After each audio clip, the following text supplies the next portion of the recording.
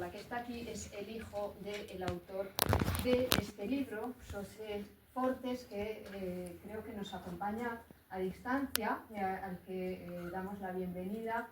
Nos sentimos muy honrados y orgullosos de poder contar con su presencia virtual. Nos hubiera gustado más que fuera presencial, pero todo llegará. Y con esta epidemia de gripe que sufrimos, pues no ha podido ser posible, pero aún así pues, nos hace el honor de estar presente. Que es el autor de este libro, En la piel de los héroes, una conspiración democrática en el ejército franquista, que es un libro que acaba de publicarse, que es un libro importante, que son una parte de las memorias de José Fortes, y sobre todo un libro en el que narra un episodio que no es probablemente lo suficientemente conocido en la España democrática, que merece serlo mucho más, que es la fundación de una organización clandestina en el ejército franquista, la Unión Militar Democrática, que se funda en 1974 y cuyos fundadores, o por lo menos una parte de ellos, fueron detenidos, entre ellos José Fortes, procesados y condenados en Consejo de Guerra a 4 años de prisión. Falta todavía en la sociedad española un reconocimiento a estos militares que tuvieron el valor de tratar de construir desde dentro mismo de la dictadura un ejército y una sociedad democráticos. No voy a alargarme más porque estamos aquí sobre todo para escuchar a Xavier Fortes, ya que no podemos escuchar desgraciadamente hoy a José Fortes. Sí, no, sí, está ahí. Sí, sé que está, pero hablará... Sí. Perfecto. No, de hecho, el que tiene que hablar es él. Bueno, pues entonces le damos, si os parece, la palabra a José Fortes, agradeciéndole infinitamente el esfuerzo que realiza para... Que no ha aparecido de la nada, sino que tiene su origen en la gente como José Fortes, a quien yo, como una persona nacida ya en democracia, le doy infinitas gracias, porque gracias a gente como él, pues precisamente pudimos nacer en democracia y no todo en la continuidad de una dictadura. Así que bueno, yo me siento abrumado por la posibilidad de poderle preguntar algunas cosas respecto a este libro, que es verdad que me ha sorprendido, porque yo esperaba, bueno, un libro de memorias un poco no para salir del paso, pero bueno, con una conmemoración, siempre con prisas, y me ha sorprendido mucho por su valentía, por la cantidad de personas concretas con nombre y apellidos que son mencionados en todas las distintas etapas que va recorriendo a través de todo el libro. Me gustaría empezar un poco por el origen de la propia Unión Militar Democrática, preguntándote, si me permites, preguntándote por el grupo Forja.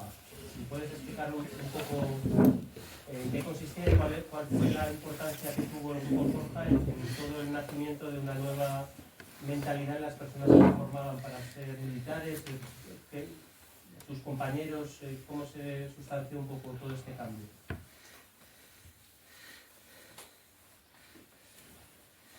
Sí, te contesto. El grupo Forja no tuvo demasiado que ver con la Unión Militar Democrática, porque era demasiado profesional, era religioso, tan religioso como que para entrar en Forja se empleaban casi unos procedimientos entre medievales y sacros. No se interviene. ¿Sigo yo? Sí, sigue. Sigo. Bueno, yo lo que sé del grupo Forja, porque nunca fui, yo soy agnóstico de bachillerato, el grupo Forja lo conocí porque uno de nuestros defensores fue Pinilla, el fundador de Forja, y con el cual tuvimos, y yo tuve personalmente muchas relaciones. Pinilla era un hombre extraordinario, casi mitad monje, mitad soldado, un personaje absolutamente con convicciones éticas muy profundas y un personaje increíble.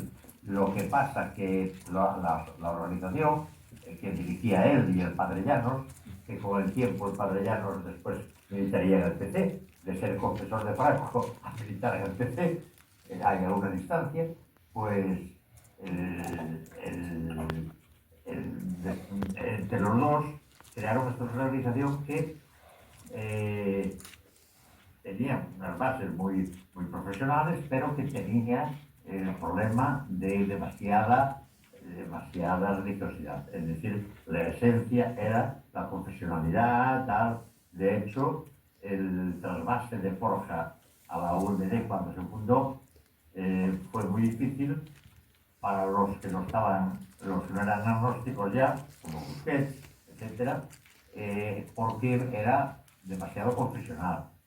Lo que pasa que tenía cierto prestigio en el ejército y nos vino muy bien que el grupo de Forja, desenganchado ya de las creencias religiosas, se incorporara y por lo tanto Busquets como Martín Consuegra o como Restituto fueron elementos importantísimos en la fundación de la UMD. Bueno, pregunto yo algo. Sí. Bueno, eso, coronel, papá, esto, alguna vez hemos hablado de ello, pero para el público que está aquí en París, ¿cómo un militar que entra en la academia, si no siendo franquista, no siendo antifranquista, se convierte, como fue vuestro caso, tu caso, en un militante demócrata y por lo tanto en un antifranquista? Bueno, las razones por las que los militares, mis compañeros de la UMD, se acercaron y se arriesgaron a militar en la asociación fueron muy ideológicas.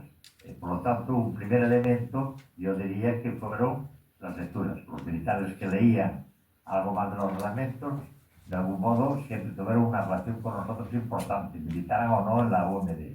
La segunda fue la universidad. Los que pasaron por la universidad, como yo, hicieron historia, yo en mi caso hice historia, claro, el franquismo era un elemento que se ponía en cuestión y se puso en cuestión. Al salir de la universidad nadie de mi generación era franquista, es decir, que el franquismo estaba detrás. También influyó en tiempos ya las propias lecturas, porque uno, aparte de la universidad, no leía impunemente y por lo tanto incluso libros sobre la Guerra Civil Española, aquel de Escolar, por ejemplo, Dos generales para dos Españas, que habla de Rojo y de Franco, deja a Franco en juicio. Por lo tanto, hay incluso una anécdota que yo cuento, que un militar español, mi amigo, vaya, los nombres no vuelan, pero de Barcelona, el más de los que vive, Gabriel Cardona. Enrique López Albor, Ricardo. estando haciendo un curso en Estados Unidos, era habitual que hicieran al final del curso una especie de vino o de convivencia, y los militares americanos llevaban a sus esposas para de algún modo poner al tanto del American Way of Life a los españoles y los alemanes, porque había de todos los países europeos. Entonces, cuando están tomando el vino y todo aquello, se le acerca una señora muy esbelta, muy guapa, porque Enrique es muy alto, y ella casi de su estatura, muy esbelta y todo aquello, y guapa. Te puede agrandar, supongo, pero pues pierdes porque se ha movido ahora. Esos son los servicios de información. Pues, sí. No, del CNI. Digo, ¿se me oye o no? Sí, sí. Sí, ¿puedo seguir? Sí, sigue, papá. Se le acerca y le dice, así que usted es el militar del ejército franquista. Y él le dice, no, yo soy militar del ejército español. Dijo ella, no se ofenda, pero tampoco se equivoca. Usted es un militar del ejército franquista. Y en ese momento, al llegar a España, empezó a pensar en su papel, empezó a darle vueltas y empezó a conectar con gente de otro sesgo. y por lo tanto estar en la fundación de la UMD ya presente. Quiero decir que los caminos fueron muy diferentes, pero es que en esos años 70, a partir de los 70, lo que antes solo era cosa del PC, de comisiones, de la UGT, de rojos en el lenguaje de aquella época, pasó a influir en las clases medias. Yo recuerdo ese cambio, recuerdo un profesor de instituto de repente de izquierdas. Los años 70 hubo un cambio extraordinario en la sociedad española. Yo no sé si después del Mayo francés, porque el Mayo francés fue muy importante, Otelo me contaba que se cogió del puerto de Lisboa sus 2 caballos y se fue a París al segundo o tercer día de los acontecimientos a ver qué pasaba allí. Quiero decir que la gente lo vivió como muy, muy en vivo y por lo tanto no sé si en esa época, pero sé que yo percibí perfectamente que la sociedad que me rodeaba había cambiado, que profesores de instituto, que hasta entonces eran sacrosantos inmóviles políticamente, empezaron a llamar, a decir, oye, vente a esta reunión, etcétera, etcétera. Entonces, en ese contexto, nos dimos cuenta de que la sociedad debe cambiar y el ejército en vez de reaccionar comprendiendo ese cambio social y la necesidad del cambio social, el ejército lo que hizo fue todo lo contrario, ponerse en erizo, como decían los romanos, en erizo, y decir, bueno, la sociedad se equivoca, tenemos que guiarla de nuevo. Y entonces empezaron a crear una serie de servicios de información y servicios de orientación, e incluso la mitad de todos aquellos movimientos universitarios de defensa del régimen, defensa universitaria se llamaban, uno de ellos, y todos aquellos movimientos que en teoría eran de extrema derecha, lo dirigía el ejército. O sea, fueron los servicios de información los que montaron toda aquella movida pro régimen que parecía salir de las aulas universitarias, etc. Entonces, en ese contexto nos dimos cuenta de que el ejército era el gran obstáculo, no el único obstáculo, sino el único obstáculo fundamental para que la sociedad pasara a ser una sociedad democrática, es decir, para que se redactara una constitución y se viviera en un ámbito democrático, etc., no en el franquismo. Y esa fue la razón por la que nos pusimos en contacto unos con otros, porque el franquismo nos tenía muy aislados. Yo hago la comparación de los mineros que tenían una lámpara en la frente. No veíamos más que lo que teníamos delante, lo que nos ponían delante. Porque si mirabas por un lado o por otro, te arriesgabas. Ya todo el mundo que hacía una observación no ordenancista era, yo recuerdo, hacer alguna defensa de la democracia en debates en el cuartel, en la sala de banderas, tímida defensa de la democracia, nunca con citas a rojos, sino con citas a personajes libres de toda sospecha, como el propio Churchill y tal, y los franquistas estaban extraviados a los demonios, porque claro, Churchill para ellos era la derecha, claro, y era la derecha, pero la democracia no la acababan de entender, y entonces se morían. Bueno, yo cuando citaba a alguno de fuera, el coronel decía que todos los que yo citaba eran judíos. O sea que el recuerdo de Alemania estaba claro, porque el ejército nuestro había nacido, ese ejército nacido de la guerra civil. Eran gente civil que en la guerra se hizo el cursillo de oficial por tener unos años de bachillerato, pero que 4 o 5 años de bachillerato, y terminó la guerra siendo teniente, y algunos ya capitán. Y entonces Franco fue la garantía de que ellos conservarían ese cargo.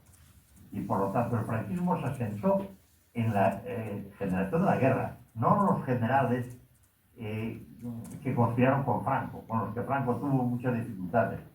Y el motivo de que ellos no tuvieran nunca nada que hacer contra Franco es que Franco tenía la garantía de los oficiales de la guerra, porque sabían que el éxito de Franco era su éxito social. en una España empobrecida, ser militar y todo aquello y tener de algún modo ayudas de tipo de subvenciones, vivienda militar, etcétera, etcétera, era muy importante. Si fueran a la calle, estaban absolutamente desprotegidos, iban a la nada. Por lo tanto, esa gente, ese era el ejército el que apoyaba a Franco. Incluso los que fueron a la academia poco después de Franco, porque las primeras promociones, hasta la novena promoción, comulgaban con todos los principios de la guerra, e incluso con aquella teoría de que Franco era sabio, era invencible, la espada del occidente, era el que había vencido el comunismo y todo aquello, historias todas que ya en la academia vimos que no, porque en la academia estudiamos historia militar, bastante historia de la Segunda Guerra Mundial, y la Segunda Guerra Mundial era, desde el punto de vista de innovaciones militares, importante. Pero cuando pasamos a la Guerra Civil Española, aunque hablaban bien de Franco, la guerra era de una pobreza africanista. Es decir, que no había ni mando, ni estrategia, ni nada. El Franco, en ese sentido, se nos cayó, estudiando la Guerra Civil, se nos cayeron los palos del sobrajo. Es decir, era un militar de mediano mando, de un tipo comandante, capitán, y había dirigido la guerra, pero no tenía cabeza para ir más allá. Franco nunca tuvo una biblioteca, ni siquiera pequeña, de esos para libros que uno quiera leer. Es el único militar que yo conozco que no tuviera un mueble con libros. Vale, bueno, después en Meirás tuvo la de Pardo Bazán. No sé si la utilizaría mucho, pero en Meirás tuvo la de Pardo Bazán. Vamos a hacer un pequeño salto. Vamos a ver, entre el 11 de septiembre del 73, el golpe de Pinochet, y el 25 de abril del 74, algo se mueve en los oficiales españoles porque son las dos caras distintas de la misma moneda. De lo del 11 de septiembre del 73 al 25 de abril del 74, algo se habla en los cuartos de bandera, sobre todo lo de Portugal, es el episodio, la espoleta que marca a los oficiales que ya ves teniendo ideología democrática de algo hay que hacer distinto, porque el ejército español es distinto al portugués, el ejército portugués no sale de una guerra civil, no tiene problema colonial, España sí lo tiene evidentemente. El portugués en Angola, Mozambique, en Guinea-Bissau, que hace, digamos, de aspecto refractario a grandes capas de la sociedad, y España solo tiene lo del Sáhara, que realmente llegará al 74 como episodio. Pero lo del golpe de Pinochet y lo del golpe de los capitanes de abril es lo que marca el punto de inflexión para que os empecéis a organizar secretamente los militares que fundaréis después la UNED. Yo recuerdo la reunión que tuvimos con el coronel en relación para explicarnos el golpe de Pinochet, porque en teoría nosotros éramos menores de edad y era el jefe el que decía esto va de esto, va de lo otro. Y nos dijo, esto no es un golpe militar, esto es un alzamiento. Y decir que era un alzamiento era decir que era un poco el 18 de julio, es decir, unos militares que se sublevan porque la sociedad va por el mal camino, y que fuera lo que había hecho el 18 de julio. Entonces, a los que ya no estábamos en esa tesitura, ya a todos, y lo que pensara aquello nos marcó mucho. Quiero decir que aquella represión durísima de Pinochet, la muerte de Víctor Jara y todos aquellos acontecimientos, nos marcaron diciendo, esto es lo que el ejército nunca puede hacer en una sociedad civilizada. El ejército nunca puede imponer a la sociedad el modelo político, a la sociedad la que decide una política y a la sociedad la que paga al ejército y le da armas, no para que combata la propia sociedad, sino para que la defienda de los enemigos. Entonces, esto fue muy útil en el sentido de descubrir que algunos militares eran demócratas, ya en el ejército, o sea, eran anti dirigentes de la sociedad. Y por lo tanto ahí creó el primer embrión de unos individuos que estábamos en contra del golpe de Pinochet. Yo recuerdo llevarle la contraria al coronel después de haber dicho mil alabanzas, porque mil alabanzas de los golpistas de Pinochet y mil críticas a Allende, porque llegó a decir que Allende era un mujeriego empedernido que todas las noches hacía orgías, y también al mismo tiempo era homosexual, porque era tal, y yo le dije, mi coronel, decidas usted de la vez, porque a mí no me encaja un homosexual, un tan activo mujeriego con un homosexual, no me encaja. Y entonces el debate cogió la mano y estiró el brazo para decirme fuera con tal violencia que el reloj, y yo sé que lo apreciaba mucho porque se lo había regalado a su novia cuando la pilló la mano allá en el 37, se estrelló la pared y se hizo añicos. Y yo entonces salí de ahí del despacho a toda velocidad porque calculé que cayó mal. Quiero decir que había esa tensión porque ellos creían que nosotros teníamos que escuchar lo que habían escuchado y que no podíamos pensar. Entonces el 25 de abril fue distinto. El 25 de abril, aparte de que yo tenía mucha relación ya por haber estado en la frontera, en Tui, varios años haciendo campamentos militares, a mí los militares portugueses me caían muy bien, porque no gritaban como los españoles, veían probablemente en el bar, oye, me pone un vino, me pone un café, en vez de decir, chico, trae una copa de vino, y tal, que era lo habitual de España. Entonces los portugueses tenían ese don, y segundo, sabían idiomas. Y por lo tanto, de algún modo eran militares distintos. Yo recuerdo las reuniones con ellos, de Cainoé, los amigos del Maya y todos aquellos, y luego recuerdo que cuando empezaron los problemas en Portugal, las dificultades, porque la primera vez que el primer español que fue a una cena de despedida al batallón que iba para Angola de Villanueva Castelo, fui yo. Yo recuerdo que era el único español invitado, porque había bastante distancia. Mirábamos a los portugueses de arriba para abajo, o sea, un poco, y yo no los miraba, porque a mí me parecía gente muy leída, muy sosegada, muy poco intervencionista políticamente, aunque vivía en una dictadura, pero aquí la dictadura estaba impuesta por el ejército, y allí el ejército estaba un poco al margen, y criticaba mucho la dictadura y tal. Entonces el 29 fue absolutamente sorprendente. A mí me avisaron de los problemas que tenían, de aquellos decretos cuando se quiso convalidar por necesidad de la guerra. Como aquí hicimos con los provisionales, se quisieron convalidar los 2 cursillos de 3 meses y una estancia en las colonias y salían oficiales. Con lo cual, un oficial de carrera le llevaba 4 años y pico tener el título, y a un bachiller normal le llevaba 2 años y medio, si iba a Angola 1 año y hacía los 2 cursillos de 3 meses. Y por lo tanto aquellos decretos que incluían a toda la oficialidad crearon un malestar en el ejército. El gobierno se dio cuenta de aquello y entonces anuló la posibilidad de que llegaran a comandantes. Por lo tanto, ese decreto lo afectaba de capitán para arriba.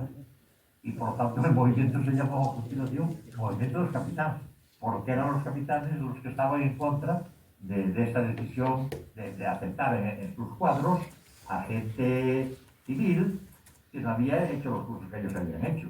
Entonces me acuerdo de eso, me acuerdo de tener reuniones, de avisar de eso, de sus asambleas, y por lo tanto cuando fue lo de Caldas de Reina ya me di cuenta de que aquello iba por mal camino. Es más, se escribió un libro, lo escribió Spinoza, titulado Portugal en un futuro, que yo leí enseguida porque fui a Portugal, a Valencia a comprarlo, cuando salió la publicidad, y me lo leí en una noche.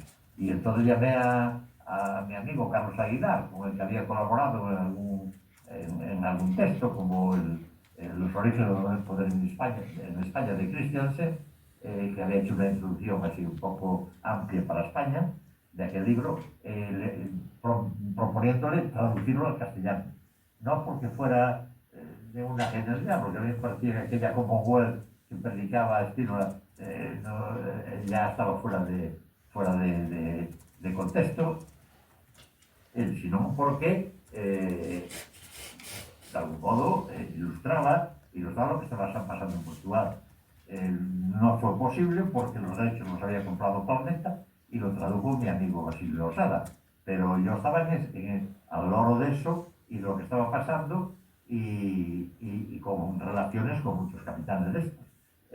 La mayoría de ellos, que a mí conservo todavía.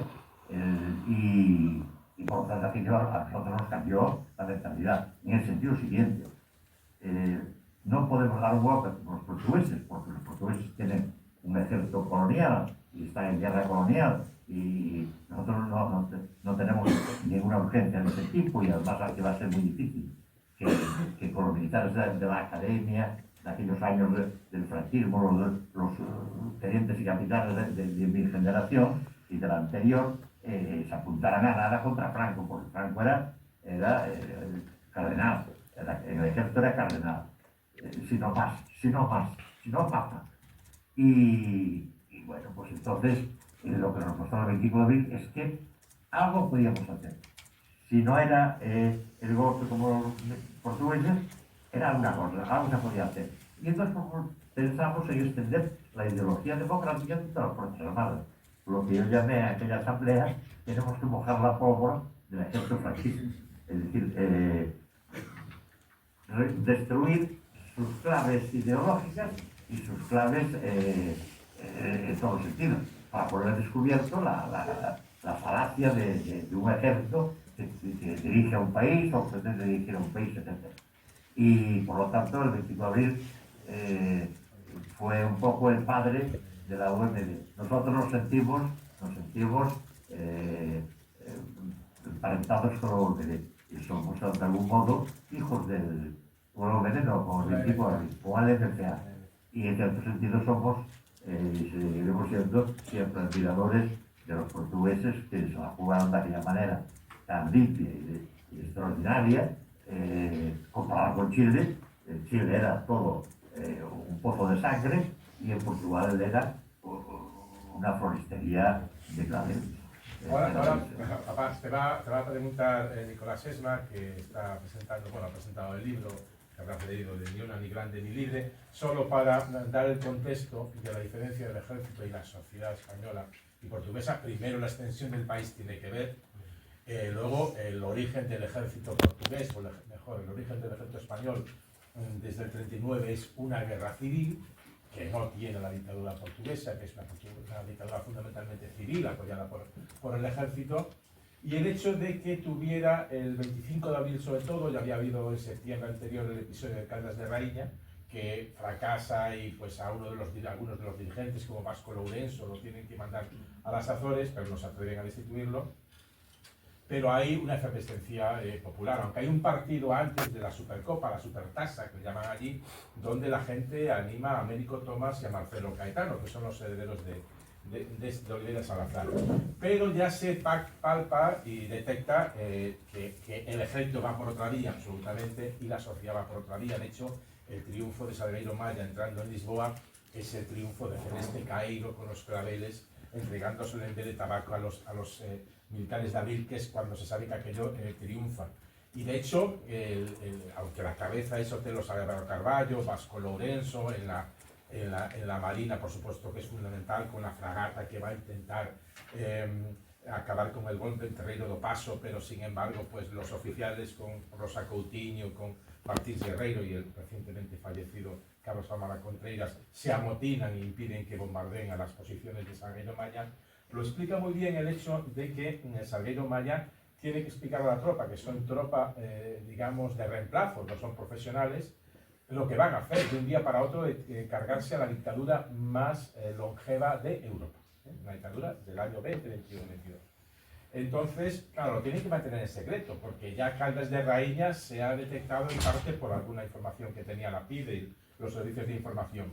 Entonces reúne a toda la tropa con sus blindados desde Santarém, que estará a unos 50, 60, 70 kilómetros de Lisboa, pero el pistoletazo tiene que ser la salida de esa unidad de blindados ligeros camino de Lisboa. Entonces les dice a los soldados, bueno, vamos a cambiar la historia de nuestro país. En el mundo hay tres tipos de Estado. Hay el Estado socialista, hay el Estado capitalista y luego está el Estado lamentable al que ha llegado Portugal. Vamos a acabar con ese Estado lamentable. Dirigen los blindados hacia Lisboa, y cuando entran ya en la periferia de madrugada, ya ha sonado primero el Despois do Adeus, que es la primera canción, antes que Glándula, que dice esto va en marcha, y Glándula ya es la salida de las unidades. Llega y él va en un jeep, digamos, en el costado de toda la columna de blindados, y cuando llegan a las afueras de Lisboa de madrugada, pues el primer blindado se detiene. Entonces va Salgueiro Maya, coge el jeep, llega a la cabecera del primer blindado y le dice, ¿y usted por qué se detiene? Y dice, es que el semáforo está en rojo. Y entonces le dice Salgueiro Maya, la revolución no se detiene por un semáforo. Es para explicar que ya te digo que el libro ese hay que leerlo porque explica muy bien lo que es el franquismo. No es la biografía de Franco, sino el contexto del 39 hasta el 75, y que va a ser seguramente dentro de poco completado por el libro de Julián Casanova al respecto. Pero te habla Nicolás Sesma. A mí, una cosa que me llama la atención, y a propósito de que ha mencionado a la PIDE, ¿cómo era la primera aproximación a un compañero? ¿Cómo se podía pensar que ese compañero podía pensar de la misma manera que usted? ¿Cómo se podía pensar que era demócrata? ¿Había algún gesto? ¿Había algún símbolo? Y luego, ¿cómo era esa primera toma de contacto? Y la segunda pregunta sería si no tenía miedo de que fuera precisamente un informante de alguno de estos servicios secretos que se hiciera pasar para captar a esos elementos discordantes dentro de un cuartel. Bueno, de algún modo, en esto fue muy útil lo de Pinochet. Fue muy útil. Los que aplaudieron a Pinochet, para nosotros quedaron ya en la banda del frente. Y los que no aplaudieran a Pinochet, de algún modo, algunas de las críticas las aceptaran o aguantar, fue muy importante. Y segundo, era que normalmente empezábamos hablando de algún libro o de una película reciente. Y entonces que nos daba pie para, si hablábamos bien de ellos, y ellos si hablaban mal, bueno, ya desistíamos, pero si no, seguíamos comentando aquello, y por lo tanto, hablar de cine, o hablar o de un artículo, de que saliera en un periódico, etc., era, aún así, a nosotros nos detectaron en parte por fracasos en la conexión con oficiales, en esta labor de ampliar la organización. Por lo tanto, teníamos muy equivocadamente, muy metido en la cabeza, que si llegáramos rápidamente a 100 oficiales, el ejército nunca se iba al Estado, incluso no se iba a decidir a detener a 100 y pico oficiales en aquel contexto, porque aquello sería un revolutum en el ejército. Nunca no vimos calculado que no bastaba con detener a 100 oficiales, bastaba con detener al equipo dirigente, lo que llamábamos el Comité Ejecutivo Nacional, que éramos 5 personas. Y el comité táctico eran 2 más, por lo tanto éramos 7, o sea que nunca pensamos en eso, dijimos, no, al ser más de 100, ya está, y cuando llegamos a los 100 y pico, empezamos a respirar como satisfechos, como diciendo, ya hemos vencido.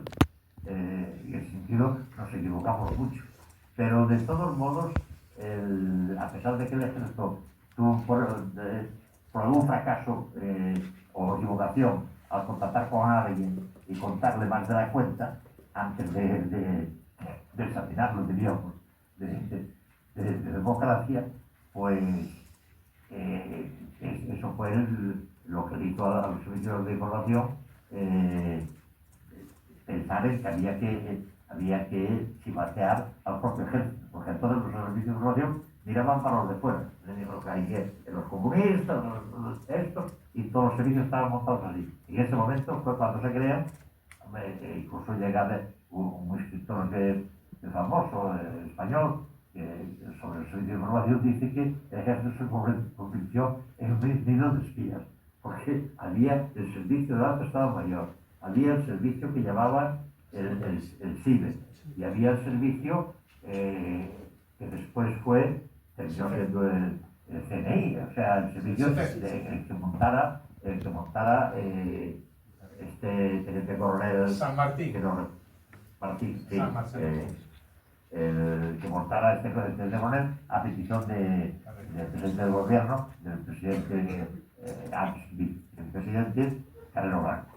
Entonces se montaron en pocos meses el servicio de Carrero Blanco, el servicio del otro servicio, el del teniente coronel San Martín. el Opus, ¿cómo se llamaba? Pues no recuerdo. Bueno, el CIBE, que lo dirigía el teniente coronel del Opus, y el servicio de inteligencia del Alto Estado Mayor, que diríamos que era más profesional, más profesionalizado, pero de algún modo transmitía sus mensajes a la gente del gobierno. Y los 13, por eso dice el ejército unido de espías. Es decir, hasta ese momento el ejército podía decir pues, una burrada que parecía una broma. Si decías que el comunismo era el mejor sistema, la gente se reía. Pero a partir de ese momento empezaron a pensar que podían los comunistas. Recuerdo, hay una anécdota que cuenta, bueno, que parte en varios libros, que cuando Busquets, que es uno de los primeros, que empieza a inventar la fundación de la OMD, y que escribió aquel librito, El militar de carrera en España, automáticamente el libro fue muy mal recibido y después fue arrestado, etc. Y entonces, en un momento dado, el jefe del Servicio de Información del CIBE llama a Calderón, que era de la misma promoción, Javier Calderón, que después fue presidente general, e incluso director del CIBE, le llama y le dice, oye, Busquets es un comunista perdido y tal, hay que tomar medidas contra él, etc. Y él dice, Busquets es comunista, de ninguna manera. Busquets es oriundo de la clase media. Comunista podría ser yo, que vengo de la clase trabajadora, pero Busquets, con un tío general, padre no sé qué, con gente de la alta clase media, no puede ser del Partido Comunista. Está equivocado. Yo lo conozco, pero aparte, aunque no lo conociera, por razones de procedencia de clase, no puede ser comunista. ¿Cómo se produce, sobre todo, la reacción del ejército, de casi un día para otro, de ponerlos de traidores, por la reacción del ejército ante la detención de los 9 oficiales? ¿Y cómo es el Consejo de Guerra? Bueno, el Consejo de Guerra como era de aquella manera. Nos pusieron unos defensores civiles, el mío era un extraordinario capitán llamado Pepe Altozano, que estaba terminando Derecho justo, o acababa de terminar Derecho. Yo creo que había acabado de terminar en junio Derecho, cuando se hace cargo de mi defensa en julio, cuando me detienen. Un capitán extraordinario y un militar extraordinario, al que no habían contratado desde la OMD, pero que era más OMD que nosotros, o sea que era de un estricto sentido democrático y del defensor de la libertad y los derechos del hombre a capa y espada. Había incluso una ocasión que habían detenido a un amigo de aquella manera y llevado a la cárcel civil al capitán amigo suyo. Se presentó con un notario a levantar acta en la prisión donde estaba el capitán y por lo tanto lo arrestaron y tal, pero era un capitán ya muy concienciado democráticamente. Pues ese capitán mío y los otros, uno de ellos Pinilla, el fundador fue defensor de Martín Consuegra, y por lo tanto se le vio claramente que los Pinillos, de algún modo estaban implicados en la organización, en la OMD, estaban con nosotros. Yo no sé si...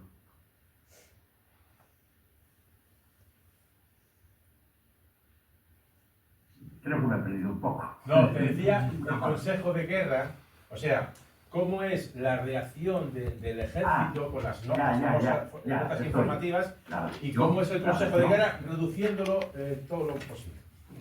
Es mi síntesis, si me comprendes. La reacción del ejército fue franquista. Es decir, lo reunieron, le dijeron que hay grupos de militares pagados por la Unión Soviética que están en contra del régimen y del caudillo Salvador de España, y por lo tanto estos hombres tenemos que estar desde este momento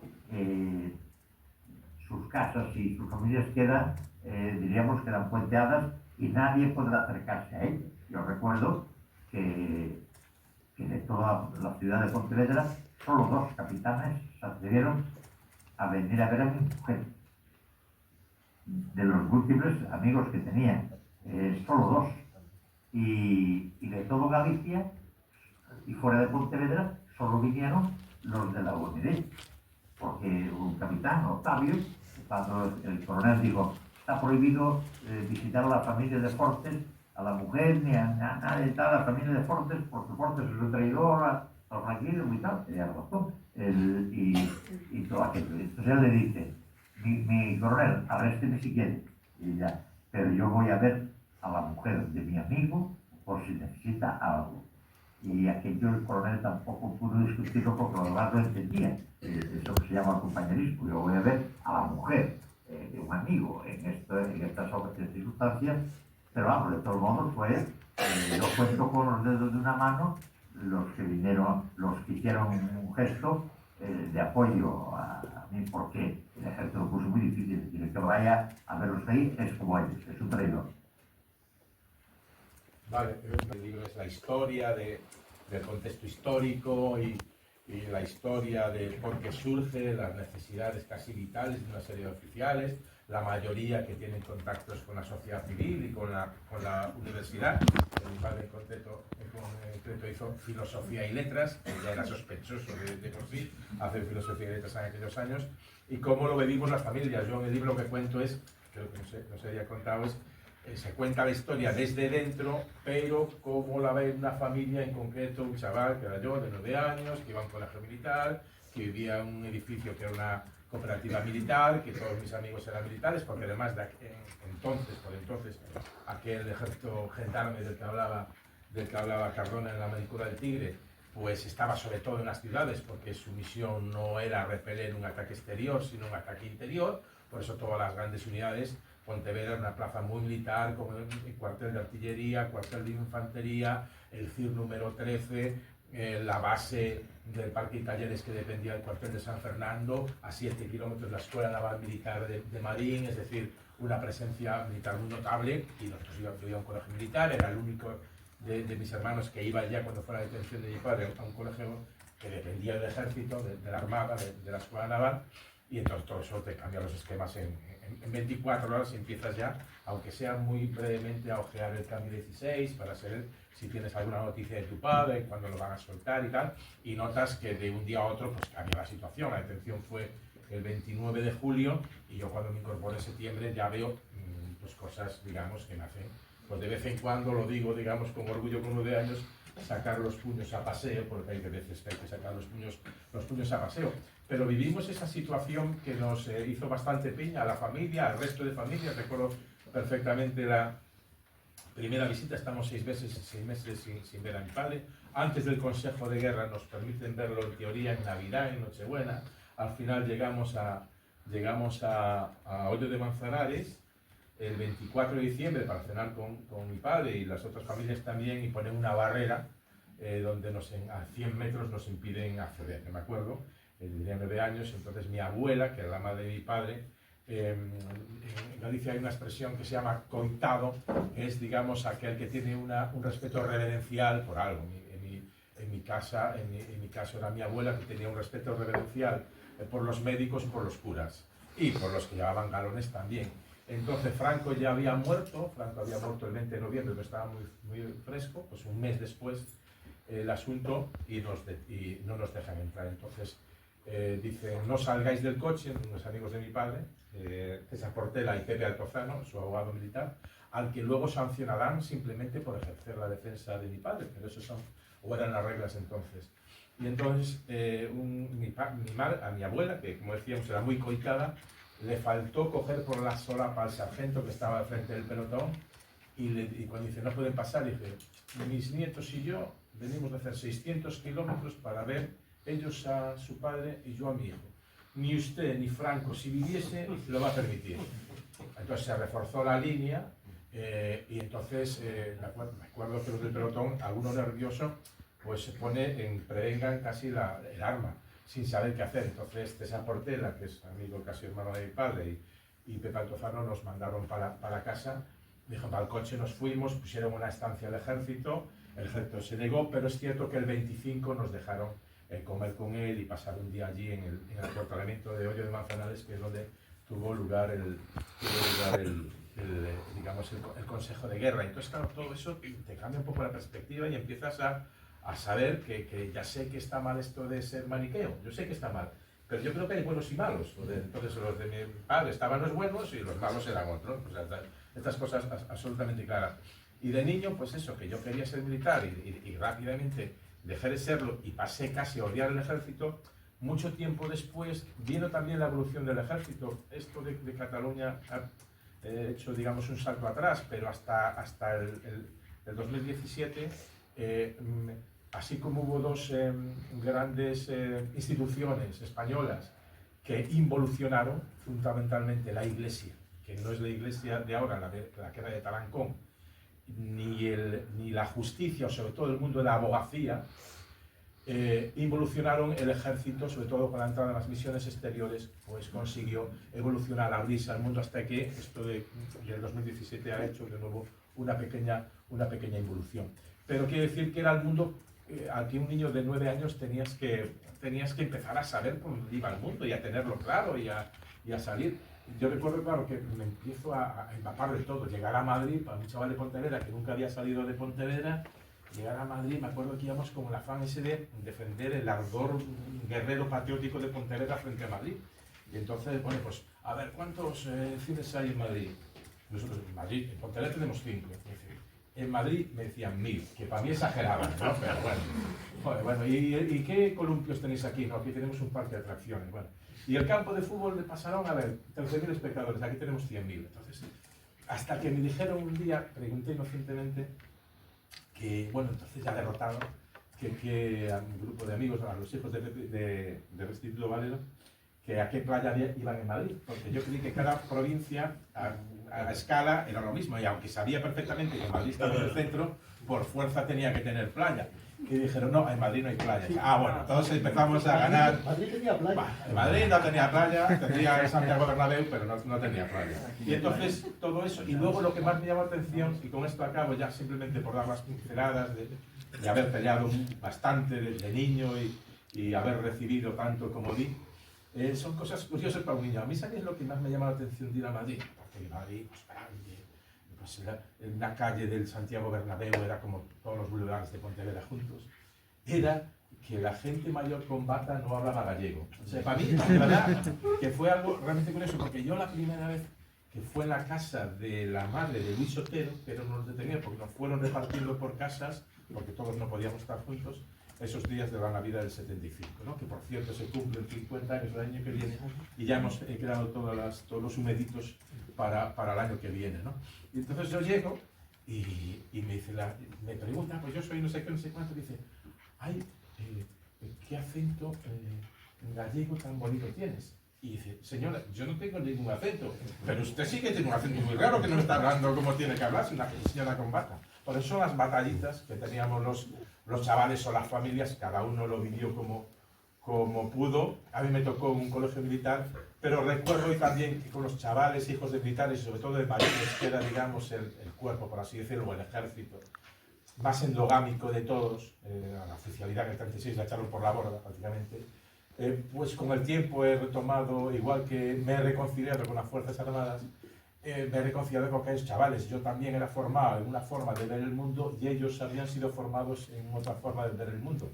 Y hoy seguimos teniendo nuestras divergencias radicales en la forma de entender nuestro país y nuestra sociedad, pero ya está bien de andar a garrotazos y hay que entenderse unos con otros, porque lo que hace falta a este país es que hable unos con otros bastante. Menuda chapa acabo de soltar, no sé si 10-15 minutos, pero ahora sigue preguntando algo. Sino a raíz de las detenciones, sobre todo, de dar la impresión para muchos de que la UMD era más amplia incluso de lo que era. Había gente que decía a otro que era de la UMD y que no sabía que era de la UMD. Decía, yo sé los dos de alto estado mayor de la UMD. Y este me decía, pero si en el Estado Mayor no tenemos a ningún miembro de la OMD.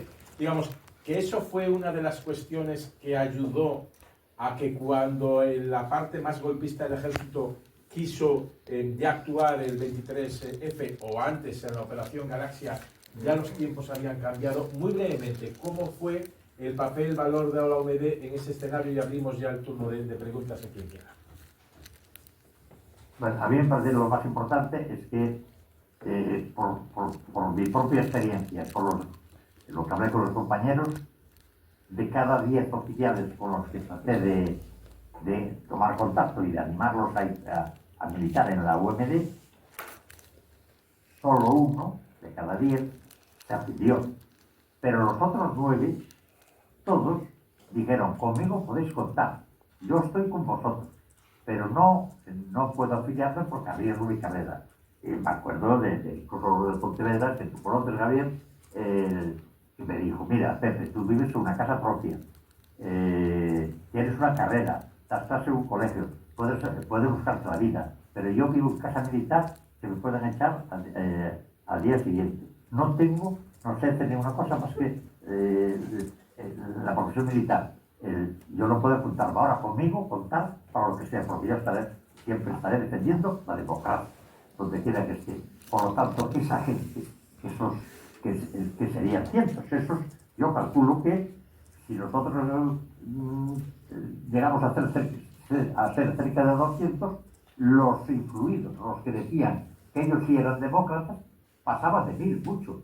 Y por lo tanto, esos en las reuniones, en la sala de banderas, empezaron a hablar en un tono que los militares de la guerra consideraban comunista. O sea, hablar simplemente en un tono, diríamos, democrático, y decir que la sociedad tiene que decir su futuro, etcétera. Aquello fue parte de nuestro trabajo.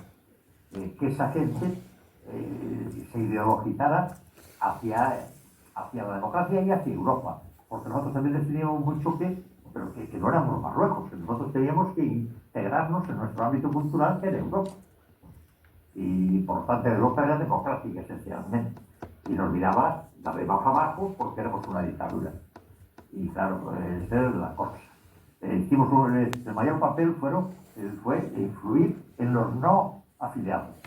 Los afiliados hicieron un papel limitado, porque no podían hacer otra cosa, pero los no afiliados, en la sala de bandera, más la tranquilidad que da no ser afiliado, y dicen, no, es que la democracia, es que Europa, es que nosotros tenemos que parecernos a Francia y a Inglaterra, y porque es nuestro ámbito cultural y tal, etc. Y en la Segunda Guerra Mundial, los militares, y nuestra guerra civil, desastre.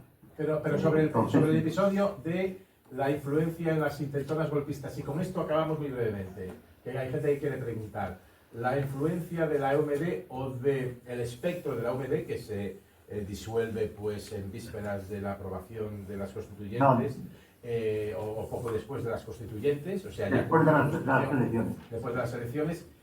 Muy brevemente, porque hay gente que quiere preguntar, el papel de la OMD en la lucha contra la involución, contra las asonadas o intentos de asonadas golpistas. Ahí el papel yo lo desconozco un poco más. Conozco muy bien la reacción de los militares, de los coroneles, etcétera, diciendo, yo no sé dónde vamos a llegar, en Santiago, por ejemplo. Estoy seguro que si yo quiero dar un golpe de Estado como el 18 de julio y sacar la tropa a la calle, los oficiales me pegan un tiro. Esa convicción de que tenientes, capitanes y comandantes no estaban ya con el mando, eso lo oyó Octavio en julio. También es cierto que el ejército Torpón a mi amigo en Navidades del 75, a mi amigo Octavio, que había estado en Pontevedra, que habíamos compartido militancia aquí en Pontevedra, y las primeras reuniones aquí en Pontevedra, fue destinado a Santiago, y de repente, un buen día, por Navidades, llega el general, en enero ya, llega el general de Pontevedra a Santiago, y bueno, tengo una compañía, y los oficiales se ponen en una fila como era por costumbre para que los saludara el general que venía, por orden de antigüedad, del coronel al último teniente. Y entonces se acerca el capitán de Estado Mayor de aquí de Pontevedra, y como conocía a Octavio, se acerca y dice, Octavio, mira, el general, más que a visitar el cuartel y todo eso, a lo que viene es a verle la cara a un capitán rojo que hay aquí, que se llama Vázquez Sotelo. ¿Quién es? Y le dice, Antonio, soy yo. Luego quiere decir también cómo andaba mi información. Vale. Turno para preguntas. Lo que quieras preguntar. En 1971 hay 4 autores militares que se autorizan publicar: Salas Larrazabal, los 2 hermanos, Alonso Baquer y Yes Alegría, creo. ¿Qué leían los oficiales? ¿Qué autores leían los oficiales, aparte de estos 4? Los oficiales no leían esos 4. El Ejército Social de Díaz Alegría, yo no encontré más que media docena de compañeros de la OMD que lo hubieran leído. De los otros que comentabas, Alonso Baquer a lo mejor algo más, porque Alonso Baquer era personaje destacado, de algún modo, fue jefe de la formación de Pinilla, fue Miguel, vamos, pero después hubo otro, Alonso Baquer, muy competente y prestigioso, etcétera, y este sí lo leyeron más posiblemente. Y el tercer hombre, ya no recuerdo de quién hablaba. Yes Alegría. No, 10 alegrías. ¿Diez Alegría? No, Un poeta general. 10 alegría, Alonso Baquer y el otro quién era. Sí, Salazar, que hace la historia de la eso era Panota, porque Salazar pretendió hacer, hizo un estudio relativamente amplio de la guerra y del ejército, y del ejército a que era Panota. No se leía, se leía muy poco, se leía la crónica del fútbol de aquella época. Realmente, los que entraban en la UMD, lo primero que se les exigía era una lista de libros, 35 nada menos, que en teoría tenían que leerse para ingresar a la UMD. Eran los deberes que le ponían. Fijaros con la organización, y recuerdo entre aquellos un libro que después, que sí, fue influyente, de un viejo amigo, sociólogo y abogado, que no recuerdo el nombre, pero un libro que era de aquel grupo de Luis Jiménez y del Paular y de aquel grupo allí, escribió un librito, Ejército y Sociedad, no, eso fue de Luis Alegría, pues de ese tipo, que fue muy importante. Bueno, y todos aquellos y algunos del libro de Rojos, pues procuramos que no cargar las cintas en las lecturas de los que llegaban, pero recuerdo en las asambleas primeras, oye, ¿habéis leído los libros que hemos recomendado? Si no, os lo dejamos, la preocupación por que leyeran. Nosotros estábamos preocupados porque la gente tuviera cierta